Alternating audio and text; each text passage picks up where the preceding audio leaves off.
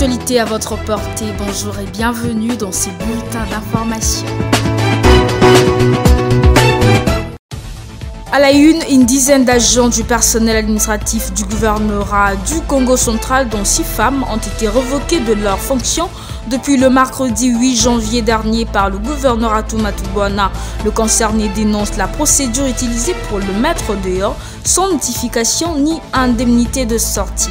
Ils disent également accumuler 2 arriérés de salaire à leur départ.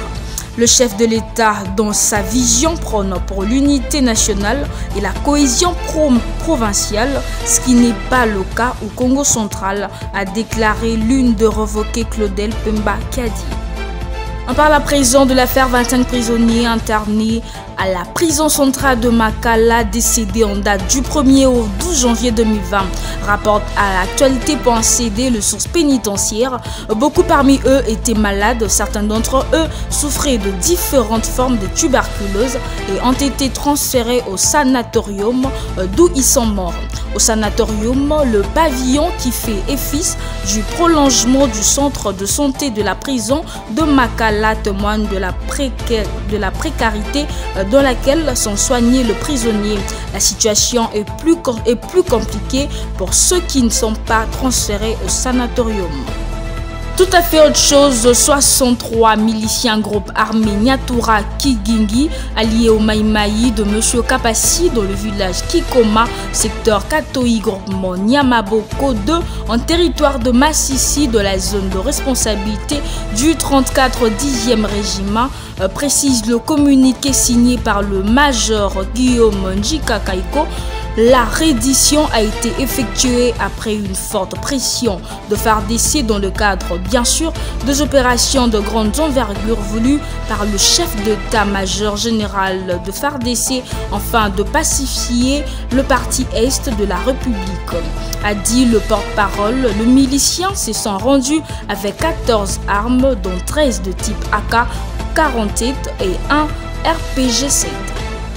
Sur le plan international, les États-Unis ne considèrent plus la Chine comme un État manipulateur des devises, a annoncé le lundi 13 janvier le département du Trésor. Cette décision intervient alors qu'une délégation chinoise des hauts rangs arrive à Washington pour signer mercredi la phase 1 de cet accord censé mettre un terme à 18 mois de guerre commerciale.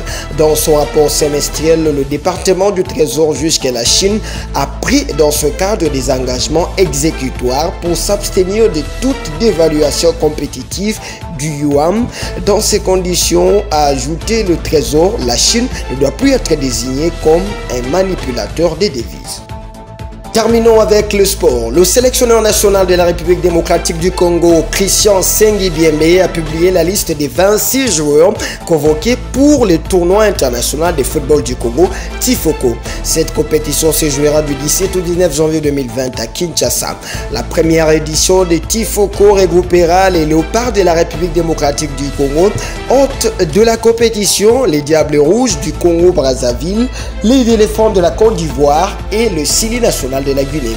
Le match d'ouverture mettra aux prises la RDC au Congo-Brazzaville et l'autre match se jouera entre la Côte d'Ivoire et la Guinée. Sur cette liste, on retrouve 7 joueurs de la FC Club, 6 du TP Mazembe, 10 du Dari Club Motema PB et des joueurs de Bosco, Renaissance, RCK et Maniema Union. La grande surprise à noter, c'est le retour de Joe Isama Peko, arrière latéral droit du tout-puissant Mazembe.